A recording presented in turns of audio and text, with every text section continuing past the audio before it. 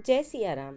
आपके अपने चैनल धार्मिक कथाएं में एक बार फिर से आप सभी का बहुत बहुत स्वागत है। जैसा कि आप लोगों को पता है कि 27 फरवरी 2023 दिन सोमवार से होलाष्टक प्रारंभ हो रहा है, जो कि बहुत ही अशुभ अवधि मानी जाती है। यह होलाष्टक होलिका दहन और होली से ठीक पहले पड़ता है। पौराणिक मान्यताओं के अनुसार इस दौरान हमारे वातावरण में नकारात्मक ऊर्जाएं प्रवेश करती हैं।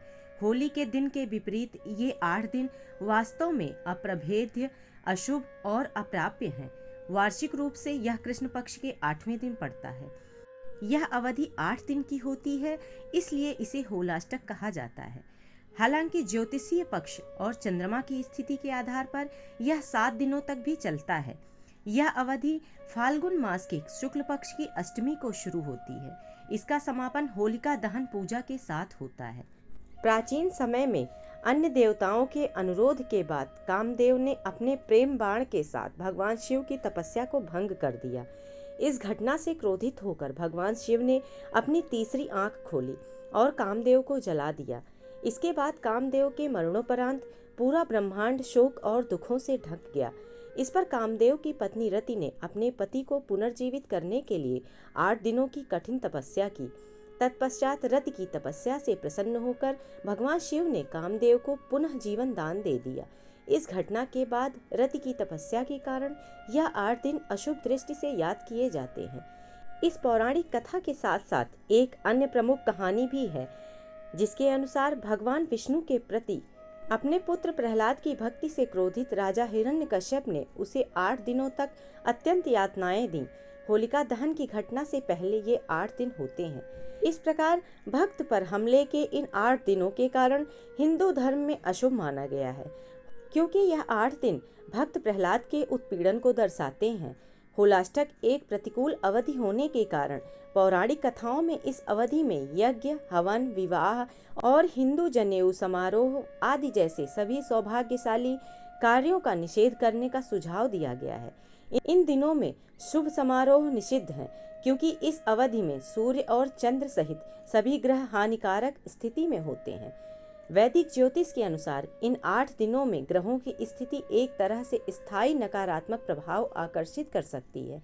इस अवधि के दौरान नकारात्मक ऊर्जा अत्यधिक हानिकारक होती है, इसलिए यह एक ऐसा समय भी है जब कुछ लोग तांत्रिक क्रियाओं और टोटके करते हैं। इसके अतिरिक्त तांत्रिक विद्या की साधना भी इस अवधि में अत्यधिक सफल होती है। भारत के सर्वश्रेष्ठ ज्योतिषियों के अनुसार नवग्रह इस अवधि में अपने भयंकर रूप में होते हैं। अष्टमी से पूर्णिमा तक ग्रहों की स्थिति को अशुभ अवधि माना जाता है।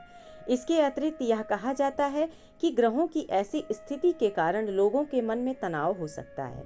इस अवधि में कोई भी शुभ कार्य समृद्ध परिणाम नहीं देता। हालांकि इस दौरान दान आदि एक समृद्ध कार्य है। होलाष्टक में दान करना और जरूरतमंदों को भोजन अर्पित करने से सौभाग्यशाली परिणाम प्राप्त होते हैं। इन 8 दिनों में दान करने से जीवन के कष्टों से मुक्ति मिलती है। होलाष्टक पर सभी अनुष्ठान नकारात्मक ऊर्जा और ग्रहों की नकारात्मक प्रभाव को दूर करने के लिए किए जाते हैं।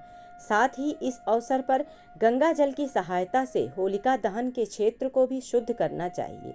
इसके अलावा लकड़ी के 2 स्तंभ और गाय के गोबर के उपले लगाने चाहिए।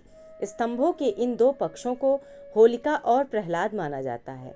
हिंदू मान्यताओं के अनुसार इस दिन के बाद से लोग लकड़ी और अन्य वस्तुओं को इकट्ठा करना शुरू करते हैं, जो वह होलिका में दहन करना चाहते हैं। इसके अलावा आप लकड़ी के शाखाओं को रंगीन कपड़ों से सजा सकते हैं। यह नकारात्मक ऊर्जाओं को कम करता है। ज्योतिषियों के अनुसार प्रत्येक व्यक्ति को शाखाओं को सजाना चाहिए, इससे जीवन में प्रसन्नता आती है। होलिका दहन के दिन कपड़े के इन टुकड़ों को होलिका के साथ जलाया जाता है। इसके अलावा ये कपड़े नकारात्मक ऊर्जा को अवशोषित करते हैं।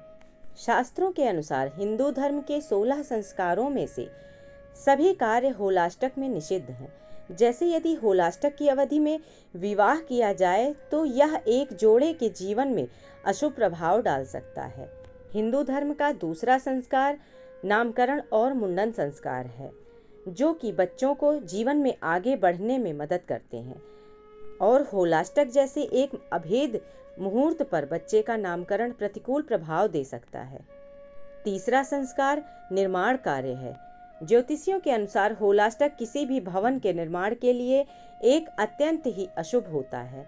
इस दौरान किसी भी इमारत के निर्माण की शुरुआत शुभ फलदायक नहीं होती।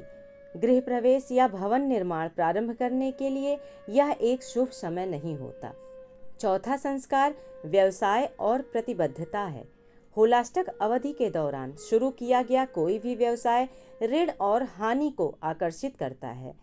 अगला संस्कार नई नौकरी शुरू करने पर होता है। तो यह होलाष्टक की अवधि किसी भी नई जगह कार्य ग्रहण करने और व्यावसायिक जीवन में तनाव लाने की ओर आकर्षित करता है। अगला संस्कार कीमती वस्तुओं की खरीदारी होती है। इन 8 दिनों में वाहन, सोना या चांदी जैसी कोई भी वस्तु खरीदना किसी भी तरह से एक अच्छा विकल्प नहीं हो सकता। तो इस प्रकार से यह 8 दिनों की होलाष्टक की जो अवधि है यह अत्यंत ही अशुभ होती है और मांगलिक कार्यों को इस समय करना निषेध होता है। आशा करती हूँ आप लोगों को यह वीडियो अवश्य ही पसंद आई होगी। यदि वीडियो पसंद आई हो तो कृपया लाइक करें और यदि आप मेरे चैनल पर नए हैं तो चैनल को सब्सक्राइब करें, साथ ही बेल आइकन को भी प्रेस कर दें ताकि मेरी वीडियोस के नोटिफिकेशन आप सभी को मिलते रहें। धन्यवाद।